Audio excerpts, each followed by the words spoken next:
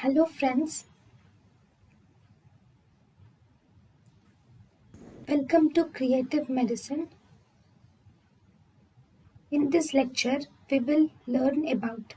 Hello friends, let us now learn the different tests which you do for comitant squint.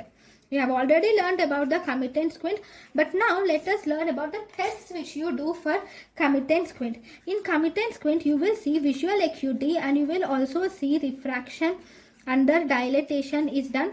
Number 1.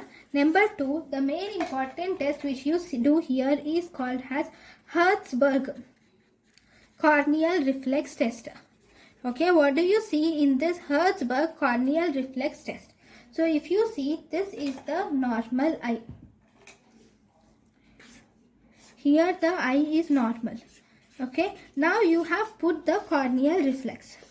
I am drawing it little bigger because you will have to draw the eye and also the pupil. This is the eye, this is the pupil. Okay, now you have seen the corneal reflex. Now you have put the light. Okay, whenever you shower the light, the reflex is seen. If this reflex is actually seen here, if this reflex is seen at the pupillary border, okay, if this reflex is seen at pupillary border, then that means there is almost 15 degrees of squint is present. Okay, second, if this is seen between the pupillary border and the limbus, in between, okay, that means between the pupillary border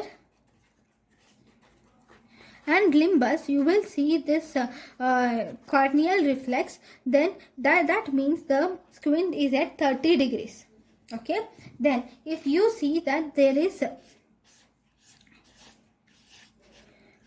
if this is actually present at the limbus, okay, if it is present at the limbus, then the squint is around 42 degrees. The comitant squint is around 42 degrees. Okay, what does this degrees mean? Whenever there is 1 mm deviation in the squint, this will account for 7 degrees of squint. That means the 7 degrees of squint can be called as 7 into 2 times the prism diameter. Okay, degrees to convert into prism diameter, you will have to multiply by 2. So this is Herzberg corneal reflex test. Then the next test which is important is called as Krimsky test. You can do Krimsky test. Why do you do this Krimsky test? This Krimsky test is actually done mainly to centralize the corneal reflection. In order to centralize the corneal reflection in squinted eye, you can use this Krimsky test. Okay, so what do you do in this Krimsky test? Here, this is the eye. So it is actually deviated esotropia.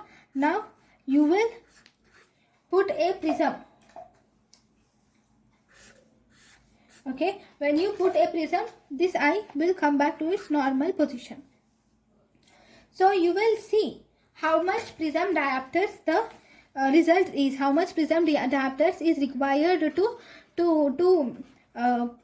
centralize the eye.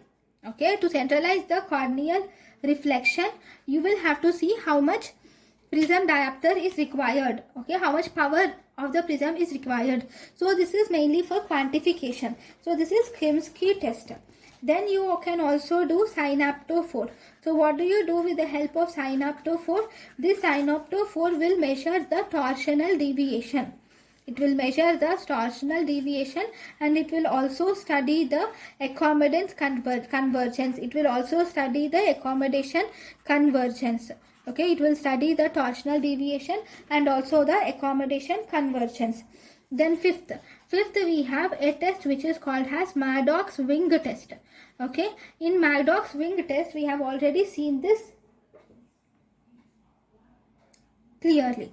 Okay, then you can also do prism bar test can be done, which was also dealt in latent squint. Okay, prism bar cover test can also be done. So these are the tests which you do for comitant squint.